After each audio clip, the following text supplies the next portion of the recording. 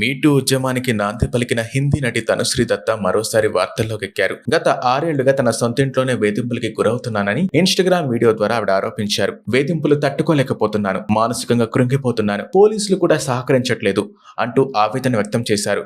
గతంలో ఆవిడ మరాఠా సంతతికి చెందిన దిగ్గజ నటుడు నానా పాటేకర్ పై చేసిన ఆరోపణలు సంచలనం సృష్టించాయి.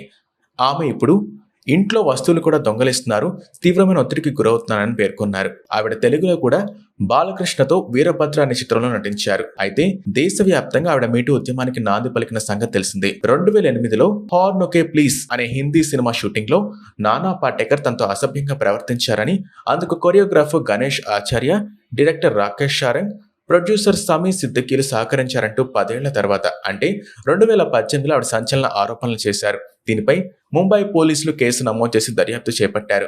అయితే ఆవిడ ఆరోపణలకు తగిన ఆధారాలు లేవంటూ నానా పాటేకర్కి క్లీన్ షీట్ ఇచ్చారు. అయితే తనకు జరిగిన అవమానాన్ని బహిరంగంగా ఆమె బయటపెట్టడంతో ప్రధానంగా సింగర్ చిన్మయి లాంటి ఎంతో మంది ప్రముఖులు తనుశ్రీకి అండగా నిలిచారు. ఇది క్రమంగా మీటూ ఉద్యమంలా మారిపోయింది. ఎంతో మంది నటీమణులు సినీ పరిశ్రమలో తాము ఎదుర్కొంటున్న అవమానాలు ఇంకా వేధింపులు బహిరంగంగా వెల్లడించారు. అయితే ఇటీవల ఆవిడ పెట్టిన వీడియోలో ఆవిడ కన్నీళ్లు పెట్టుకుంటూ ఆవేదన వ్యక్తం చేయడంపై ఎంతో మంది నెటిజన్స్ భారీ ఎత్తున కామెంట్ సెక్షన్ ద్వారా సానుభూతి తెలిపారు.